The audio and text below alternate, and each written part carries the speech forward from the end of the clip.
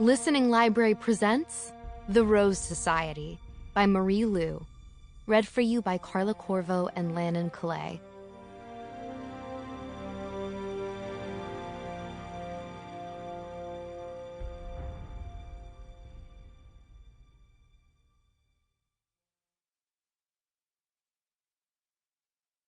Adelina Amouteru. When I was a little girl, my mother would spend long afternoons telling me old folk tales. I remember one story particularly well. Once upon a time, a greedy prince fell in love with a wicked girl. The prince had far more than he needed, but it was never enough.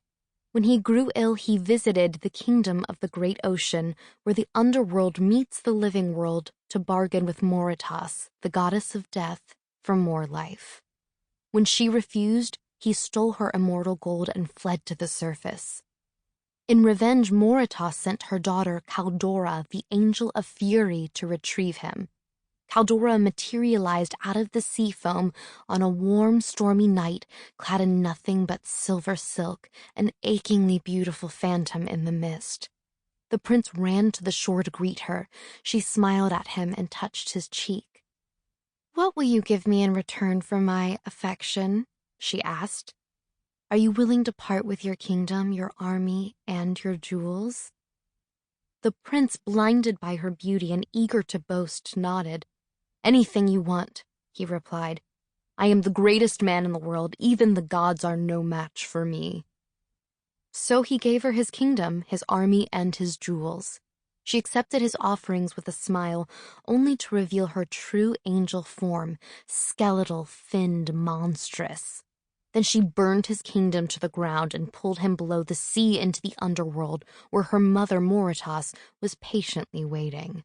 The prince tried once again to bargain with the goddess, but it was too late. In exchange for the gold he'd stolen, Moritas devoured his soul.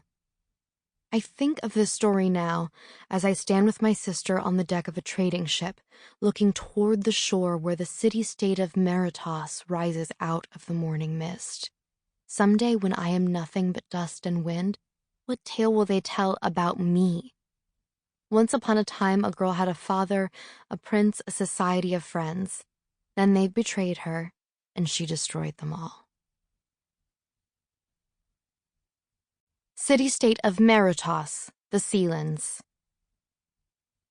They were the flash of light in a stormy sky, the fleeting darkness before dawn. Never have they existed before, nor shall they ever exist again. Unknown source on the young elites. Adelina Amouteru. I think he might be here.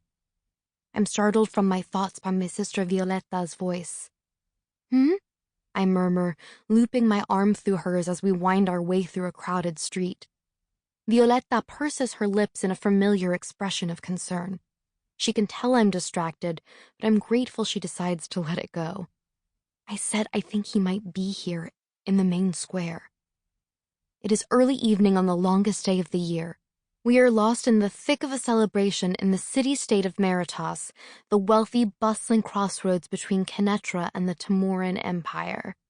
The sun has nearly dipped below the horizon, and the 3 moons hang low and plump, ripe golden orbs suspended over the water.